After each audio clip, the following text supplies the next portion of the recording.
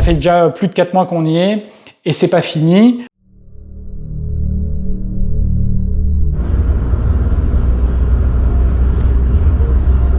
Bon, me voilà à l'aéroport. Mon vol décolle dans 1 heure. Bon, me voilà arrivé. Maintenant, on va aller visiter l'appartement qui est presque terminé. Il n'est pas totalement terminé, mais on va aller visiter ses travaux. Venez avec moi.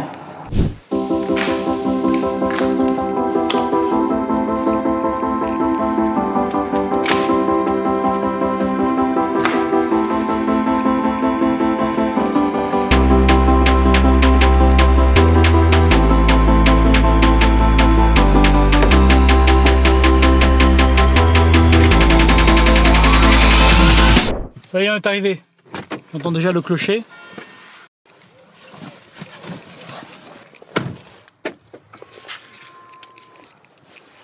Alors, la bonne clé là-dedans, c'est celle-là.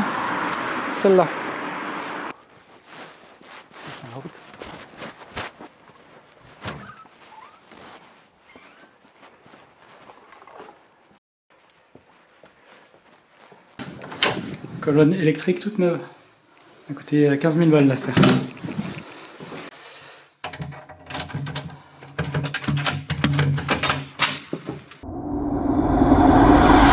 Salut les esprits riches, donc vous l'avez compris, c'est une vidéo avant-après sur ce chantier dont je vais parler dans une vidéo précédente. Donc il est terminé, il est loué. Je vais vous expliquer les surprises qu'on a eues, les difficultés, comment on a résolu tout cela. On va parler budget, on va parler mode d'exploitation. Je vous raconte tout ça en détail. Donc c'est parti pour cette vidéo. Je vous emmène avec moi sur ce chantier. On va sur le terrain. Et juste avant, pensez bien à mettre un pouce bleu parce qu'il paraît que ça va améliorer la rentabilité de vos chantiers. Et en plus, à vous abonner à la chaîne pour ne rien louper des prochaines aventures. C'est parti!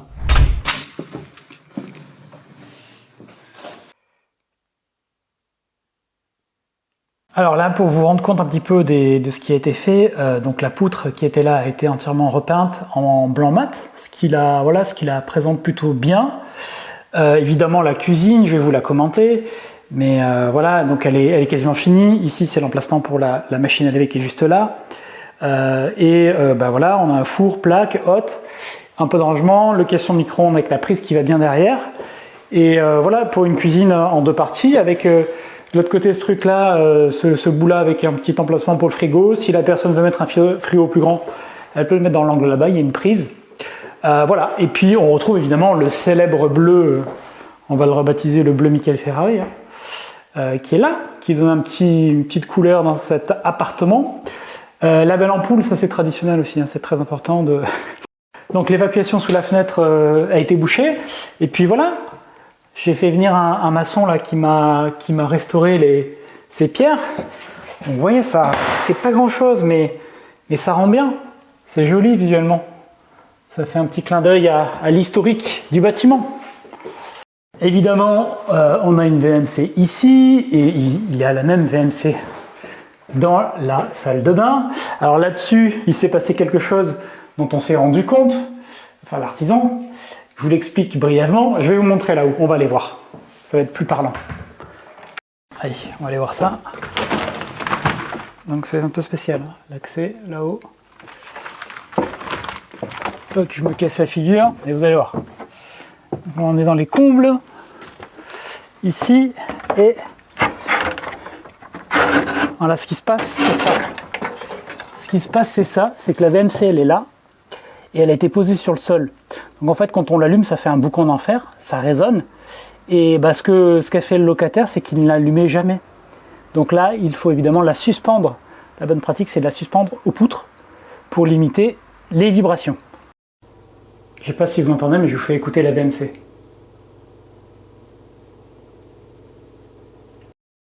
Ah, ça c'est collector, le petit calendrier.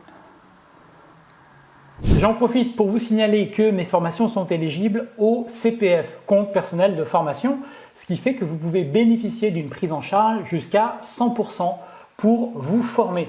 Je vous invite à regarder ce site, je vous mettrai le lien, j'ai une vidéo dans laquelle je vous explique tout cela. Vous pouvez aller sur ce site et rejoindre soit le programme qui vous permet de suivre une formation dans l'immobilier locatif, soit pour la gestion d'une société civile immobilière et vous pouvez simplement cliquer dessus et vous inscrire sur le programme qui vous intéresse. Si vous avez des questions, que vous ne savez pas comment cela fonctionne, que vous voulez voir si le programme répond à vos attentes, vous pouvez tout à fait prendre rendez-vous avec Thomas qui s'occupe de tout cela dans mon équipe et qui répondra à toutes vos questions. Sur ce, bonne vidéo. Et puis dans la salle de bain, eh bien, c'est ce qui reste à terminer. C'est ce qui reste à terminer, mais l'essentiel est fait. L'essentiel est fait, voilà. Le sol, poser le vasque et le WC. Mais le plus important a déjà été fait. Je sais l'artisan était encore là tout à l'heure en train de peindre les tuyaux, de remettre des couches de glycéro sur le tuyau, parce qu'il faut mettre 3 couches pour que ce soit bien. On a notre chauffe-eau plat là qui nous fait gagner un petit peu de place. Et voilà. Alors ici, je ne peux pas vous le montrer, mais ce qui est prévu, le WC est à son emplacement définitif. Hein, c'est une salle de bain qui n'est pas très grande. Ce qui est prévu, c'est simplement une cabine qui s'ouvre en angle. Donc elle s'ouvre en angle, ce qui permettra un accès relativement facile. Une paroi pivotante n'est pas très adaptée, puisqu'ici, il y a quand même le meuble vasque qui va venir. Et on peut trouver des parois pivotantes avec une partie fixe, ce qui permet de ne pas d'ouvrir, on va dire d'avoir une grande angle d'ouverture et de pouvoir entrer. Mais il y a toujours le risque de taper ça contre le vasque et de casser. Donc le plus simple, c'est du coulissant. Et je pense que ça devrait le faire. Alors dans les solutions aussi sur des petites salles de bain, vous avez des vasques qui sont peu profonds, qui vont faire 29 cm de profondeur, donc ce qui permet de garder de la place pour circuler. Ça peut être une bonne solution. Moi j'essaie d'éviter parce qu'à l'usage c'est quand même pas confortable du tout. C'est très petit, hein, donc forcément pour tous les jours c'est pas l'idéal. Donc j'essaie de ne pas utiliser cette solution. Dans cette salle de bain ici, ça aurait été un peu mieux de le mettre parce que voilà, on aurait gagné 15 cm de circulation. J'ai pas préféré le mettre pour que ça soit plus agréable à l'usage, mais ça se défend. Le compteur d'eau douce individuel, à quoi il va servir? Tout simplement, ça va permettre de faire un relevé des consommations. Alors, si vous voulez vous amuser à faire de la régulation de charge, du coup, ça te permet de le faire. Puis, ça permet plus globalement déjà de responsabiliser le locataire.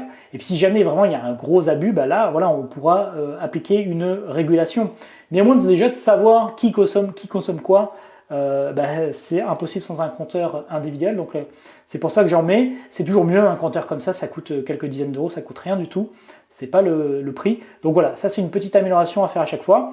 Et de nombreux appartements, lorsqu'ils sont tous gérés par un propriétaire, ou même des fois il y a des copros, il n'y a encore pas de compteur individuel, n'en ont pas. Alors dans les points aussi qu'il ne faut pas négliger, alors je suis dans la chambre, ça résonne un peu. C'est l'aspect volet. Alors, il existe des biens immobiliers qui n'ont pas de volet, c'est assez courant même. Alors là, il y a deux solutions, soit vous mettez des volets, soit vous mettez un volet roulant, soit vous mettez, c'est le choix que j'ai fait ici, un rideau occultant Thermix, donc c'est des rideaux un peu spéciaux, plus épais, et donc en mettant une tringle, ça permet d'être dans une obscurité totale et d'isoler en plus un peu du froid. Ici, j'aime pas trop moi la solution du volet roulant, très honnêtement, pour une raison très simple, c'est que en fait quand vous mettez ça, il y a le coffre qui est en haut et le coffre vous fait 25-30 cm, donc ça a tendance à assombrir les pièces, donc il aurait fallu changer la fenêtre, faire ça. Donc le jour où je changerai de fenêtre qui d'ailleurs est du double vitrage mais qui n'est pas très récente, peut-être que je poserai un coffre. Mais là, en l'occurrence, je ne l'ai pas fait et c'est vrai que ce n'est pas une solution que j'adore à cause de la place que cela prend. Alors voilà pour cet appartement qui est quasiment fini. Je dis quasiment parce qu'il ne reste vraiment pas grand-chose. L'artisan en a encore pour une semaine maximum à finaliser tout ce qu'il a là en cours, puisque vraiment le plus gros est fait. Donc, je vais te parler du budget, je vais te rappeler les points et les surprises que l'on a eues et comment s'est passé le chantier pour que tu puisses avoir une bonne compréhension de ce que peut être, c'est pas représentatif, mais c'est fréquent que dans l'ancien, on ait des surprises.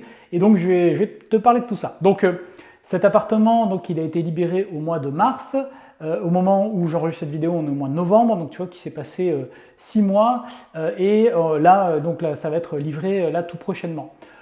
Clairement, on aurait pu prendre un peu moins de temps, on aurait peut-être gagné 1 mois, voire 2 mois, mais difficile de le faire en moins de 4 mois. En tout cas dans la configuration actuelle, sachant que là c'est un artisan tout seul qui a tout fait 99% du chantier et que on a eu pas mal de surprises dont je vais te parler et que tu as peut-être vu dans les premières parties de cette vidéo. Donc au final, tout confondu, on est à 17 000 € à peu près de rénovation pour cet appartement de 35 mètres carrés. Voilà, donc tu vois, on est à peu près allé à 500 € le mètre carré. Donc 500 € le mètre carré pour un appartement dans lequel on a en fait quasiment tout refait. Le seul truc qu'on n'a pas refait, c'est retirer les tuyaux de canalisation et retirer les fils électriques pour les reprendre de zéro. Mais sinon, le tableau a dû être remanié, la plomberie a été refaite sur toutes les sorties. Et voilà, donc l'isolation a dû être faite au-dessus, au sol. Beaucoup de travail sur le sol et je vais te parler de ça. Donc la première surprise, la première grosse surprise que l'on a eue, c'est évidemment les trous dans le sol. Alors, c'est pas vraiment une surprise dans le sens où le locataire partant m'avait déjà signalé ce problème et qu'on avait appliqué une petite solution de contournement, c'est-à-dire on a posé une plaque par-dessus histoire que ce soit sécurisé et en attendant le départ du locataire. Je te remettrai les photos d'ailleurs de l'état dans lequel j'ai récupéré l'appartement. Bon, il était à bout de course. Donc la première grosse surprise, c'est ce trou-là dans la cuisine, mais en fait, en travaillant, l'artisan a découvert d'autres trous, notamment devant la salle de bain. Pareil, donc quand je dis trou, c'est quoi? C'est que au sol, il y avait un lino qui était collé, et en le retirant, il y avait de la brique, et la brique, en fait, il y a plein d'endroits où la brique s'effritait complètement, était complètement pourrie, et quand on l'enlevait, on tombait sur l'isolation de l'appartement d'en dessous, entre les poutres au sol. Donc il a fallu vraiment reconstruire des parties. Idéalement, bien entendu, il aurait fallu tout sortir, enlever toutes les briques et refaire un sol de zéro. Hein, c'est ce qu'il aurait fallu faire. Mais ça n'a pas été fait pour deux raisons. La première, c'est que c'est un surcoût très important. Et la deuxième, c'est tout simplement que l'artisan, on n'avait pas identifié que le problème était aussi généralisé. Enfin généralisé, en tout cas il y avait deux gros endroits où c'était le cas. Et que donc il a découvert ça un peu tardivement dans son avancement. Et ce n'était pas pertinent de tout refaire de zéro la partie sol. Donc au final, on a opté pour cette solution qui a consisté à... Donc il a construit, je te mettrai la photo, il a construit des bouts qu'il a insérés entre les poutres à deux endroits, donc pour bien consolider cette partie-là. Et par-dessus, on a mis de l'OSB, donc c'est des grosses plaques épaisses. L'avantage de l'OSB, c'est que ça répartit très bien le poids des meubles, des personnes qui marchent, de tout ce qu'on peut poser. Donc ça sécurise énormément les choses. Plus après l'isolant pour le sol, plus le sol lui-même, le revêtement que tu vois là, le parquet en question. Le fait de vouloir conserver les pierres sur le côté de la fenêtre, ça m'a coûté 200 €. Donc c'est le maçon qui est venu, qui a rénové cette partie pierre. Voilà, donc c'est pas très cher, il n'y a pas une très grosse surface. Il a fait ça au pied levé et voilà, donc c'est ce que ça m'a coûté pour conserver ce truc-là. L'alternative aurait été de mettre du placo par-dessus, tout bêtement, ce que je trouvais un petit peu dommage sur cette partie-là. Comme tu l'as vu aussi, une des grosses améliorations qu'on a fait dans cet appartement, c'est tout simplement de créer une vraie cuisine. Donc auparavant, la cloison était au niveau de la poutre que tu vois ici, la cloison qui séparait les deux pièces. Ce qui fait qu'on avait un gros déséquilibre. Sur un appartement de 35 mètres carrés, on avait une chambre qui faisait 16 mètres carrés, ce qui est complètement ridicule. Donc en déplaçant la cloison comme ça d'1 mètre, on a quand même une chambre qui est grande, qui fait quand même 13 mètres carrés, mais qui est beaucoup plus cohérente avec la taille de l'appartement. On n'aurait pas pu, idéalement, j'aurais vu que la chambre fasse moins, qu'elle fasse peut-être 11 mètres carrés, gagner 2 mètres carrés, ça aurait été bien. Mais vu la configuration, c'est-à-dire qu'elle est assez longue, si on avait poussé le mur encore un peu plus, il y aurait eu un effet couloir qui aurait été très désagréable dans la chambre, donc ce n'était pas pertinent de le faire. On a trouvé un juste milieu. On a mis la cloison là, ce qui a permis de créer une cuisine. Donc avant, il y avait juste un bout de cuisine qui était coincé et difficile de faire autre chose. Donc ce qu'on a fait, tu vois, cuisine ici et puis le fameux manche debout. Donc il manque, t'inquiète pas, hein, il manque des trucs de finition comme ici le champ plat, ici il manque 2-3 trucs, mais l'artisan va y remédier. Mais ici, voilà, tu vois, tu peux facilement recevoir 2 personnes ici à manger. Il y a 2 tabourets qui sont prévus, 2 chaises hautes. C'est très facile d'avoir et puis c'est pratique, voilà, il y a le coin cuisine qui est là, ce qui laisse la possibilité d'avoir un petit salon à côté, voilà. Donc ça c'est pour les améliorations dans l'appartement. Donc tu vois, il faut toujours penser à reconfigurer un bien lorsque tu le peux, lorsque tu remarques des défauts, parce que là tu apportes vraiment beaucoup de valeur. C'est pas du tout la même valeur avant, mais pas uniquement à cause de l'état de l'appartement, mais juste dans sa configuration. Là, l'appartement a pris un petit peu de valeur parce que c'est un vrai T2 un peu plus agréable qu'auparavant. Alors l'autre gros problème, l'autre grosse surprise qu'on a eu dans cet appartement, c'est au-delà des trous dans le sol, c'est le niveau du sol. En fait, il y avait eu un écart qui était vraiment hyper important, donc de 3 à 7 mm à certains endroits. 7 mm, je ne sais pas si tu te rends compte, mais ça commence à faire beaucoup. Ce qui faisait que tu avais vraiment un effet cuvette, ce qui faisait que à un moment donné, la porte que tu vois derrière moi, tu ne pouvais à peine l'ouvrir, elle frottait au sol, et que si tu commençais à retirer de la matière en bas, tu te retrouvais avec un jour important en bas de la porte, ce qui n'est pas beau.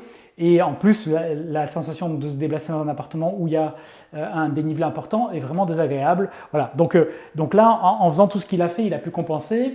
Je ne l'ai pas mentionné, je vais le dire maintenant, mais évidemment pour rattraper ce niveau-là. Alors il n'est pas 100% équilibré aujourd'hui l'appartement, mais on est très très proche, comme tu l'as vu avec la bille. Alors regardez, j'ai apporté une petite bille, ça c'est le test ultime. Je la pose au sol. Elle bouge, mais elle bouge pas trop, quoi. Elle part pas. Avant, il y avait 7 mm d'écart. Je ne sais pas si vous imaginez 7 mm d'écart entre ce côté de la pièce et l'autre côté. Donc là, c'est satisfaisant. Mais par contre, pour rattraper, il a recoulé une chape légère à certains endroits pour vraiment rattraper au maximum ce niveau. Et franchement, il s'est très très bien débrouillé puisque on est vraiment sur quelque chose de tout à fait. Je pense qu'une personne qui n'a pas l'œil ne se rend pas compte qu'il y a des petits écarts de niveau encore dans cet appartement, ce qui n'était pas du tout le cas avant. Alors maintenant, qu'est-ce que je vais faire de cet appartement? Tu vois, au moment où je fais cette vidéo, je n'ai pas encore décidé. Je me pose vraiment la question. Déjà, donc, je te le rappelle, avant, il était loué 300 € par mois cet appartement. Aujourd'hui, en location nue, c'est-à-dire dans l'état, sans mettre un meuble de plus, je peux le louer 600 €. C'est le prix auquel joue l'appartement qui est juste en face, même configuration. Donc, je peux doubler mon loyer, ça va donc payer mes travaux, mes 17 000 € investis, et je me récupérerai comme ça, petit à petit, en quelques années, j'ai payé mes travaux. Maintenant, il y a une vraie question que je me pose, et ça, je vais devoir me décider très vite, puisque les travaux vont être terminés très vite, c'est soit de sous-louer cet appartement, c'est-à-dire de le confier à une personne en l'état, et qu'il l'exploite lui en courte durée, et qui me donne un loyer fixe qui soit plus important, mais du coup, je n'ai pas à m'occuper de l'appartement, ce qui peut être une bonne solution, soit de le meubler et de le confier à une conciergerie qui, elle, va l'exploiter sur Airbnb. L'intérêt ici, évident, c'est que je vais gagner beaucoup plus d'argent et ça sera un peu plus fluctuant avec la conciergerie. Donc, il faut que je me décide là-dessus. Tout dépendra. Alors, j'ai discuté avec plusieurs personnes qui font de la sous-location. Évidemment, la personne qui fait de la sous-location, ce qu'elle souhaite, c'est qu'on lui fournisse l'appartement meublé. Mais bon, ça, à un moment donné, faut pas être teubé. Je me dis, si je le meuble, autant que je l'exploite moi-même. Hein. Enfin, je veux dire, il n'y a pas de sujet. Je ne vais pas le confier meublé à une conciergerie, à un sous-loueur. Je vois pas l'intérêt. Peut-être qu'il y a des gens qui en voient l'intérêt, il faudra m'expliquer, mais moi, j'en vois pas l'intérêt. Dans ce cas-là, autant le confier à une conciergerie et ne pas avoir mon loyer qui est plafonné. Hein. Voilà, j'ai pas besoin d'un loyer garanti, moi. Donc, toute la question qui va se poser, donc, c'est quel est le montant que vont me proposer les différents sous-loueurs que j'ai rencontrés? Je vais voir ce qu'ils me proposent. Évidemment, dans l'idée qu'ils l'exploitent, moi je leur loue nu dans cet état-là, hein, je ne veux pas mettre les meubles. Et si c'est pas intéressant, à ce cas-là, la question qui va se poser, c'est ok, pourquoi pas le meubler et le confier à une conciergerie? J'ai des contacts avec des conciergeries ici, il n'y a pas de souci, il y a des professionnels. Et voilà, meubler un appartement, un petit appartement comme ça, c'est de l'ordre de 5 000 € à peu près. Hein, parce qu'en gros, il y a un petit peu d'électroménager, il y a un frigo, je peux mettre une machine à laver, c'est pas indispensable en courte durée. Il y a un canapé, une télé, voilà, un lit. Ouais, 5 000 €, je suis large, ça peut être un peu moins même, parce qu'il y a déjà de l'équipement en place. Voilà, un peu de vaisselle, un peu de voilà. Mais c'est l'ordre d'idée. Hein. Donc, je pose 5 000 € et je récupère, au lieu de récupérer 600 € par mois avec mon loyer location nue classique, voilà, par contre, ça peut monter à 1000, 1500. Dans les bons mois, on peut monter à 1500, je pense, sans trop de difficultés. Donc, la question se pose vraiment.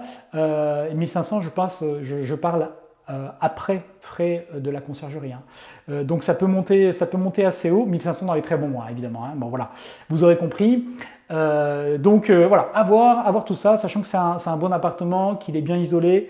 Ça se regarde vraiment en courte durée. Vous avez vu comment s'est passée cette rénovation en termes de temps, en termes de coût, en termes de surprise. Dans l'ancien, il faut vraiment que vous gardiez à l'esprit que rénover de l'ancien, c'est gérer constamment des surprises. C'est normal selon comment ça a été fait. Et encore ici, par exemple, je n'ai pas eu de problème d'infiltration d'eau. je n'ai pas eu de problème de mur pourri, ce qui est le cas dans un autre chantier que je vous montrerai dans une autre vidéo, où là, l'immeuble a été maltraité et donc à chaque fois qu'on retire une cuisine, derrière tout le placo est pourri. C'est-à-dire pourri, il est humide le truc. Donc on retire, on refait. Et il y a plein d'endroits, donc dans cet immeuble là-bas, il y a 10 appartements et on en a déjà refait 7, je crois, sur les 10.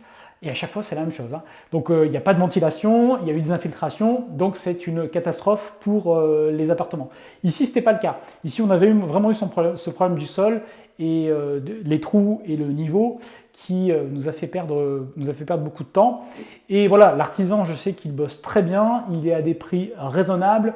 Par contre, il était tout seul et peut-être qu'il a été un petit peu surmené, dépassé par les choses à faire. Parce que ça demandait un grand panel de compétences, alors que lui, il est dans la rénovation, mais voilà, il y a des trucs qu'il a moins l'habitude de faire. Donc ça, évidemment, si j'avais voulu aller beaucoup plus vite, il aurait pu être fait en 3 mois, mais il aurait fallu mettre une équipe en place, ce qui n'était pas, moi, j'avais pas le besoin que ça aille très vite. Je fais confiance à cet artisan, je sais qu'il bosse très bien, et j'ai préféré que l'on prenne le temps de trouver les solutions techniques à chaque fois, adapter, de bien le faire, et je sais que c'est très bien fait. Donc là, je suis entièrement confiant sur la durabilité de ce bien, et ça, c'est très important aussi. Si vous n'avez pas les équipes en place ou la personne en place, vraiment prenez le temps de le faire, et une fois que vous l'aurez, ça va vraiment vous soulager de pouvoir faire confiance à quelqu'un. Et puis, si vous voulez que je vous guide, que je vous forme, je vous mettrai le lien dans la description vers ma formation à l'investissement locatif qui est éligible au CPF. Si vous avez du solde CPF, vous pouvez tout à fait vous la faire prendre en charge jusqu'à 100%.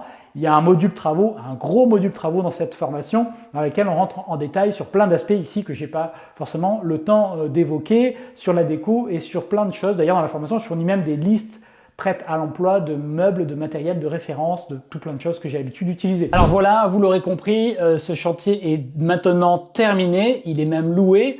Alors après avoir réfléchi à plusieurs options sur le mode de location, la première étant que je voulais éviter de relouer de manière classique, tout simplement parce que la réglementation devient un petit peu trop pénible à mes yeux et donc je ne voulais pas continuer et me mettre cette contrainte de plus, sachant que j'en ai déjà pas mal d'autres à exploiter de cette manière-là.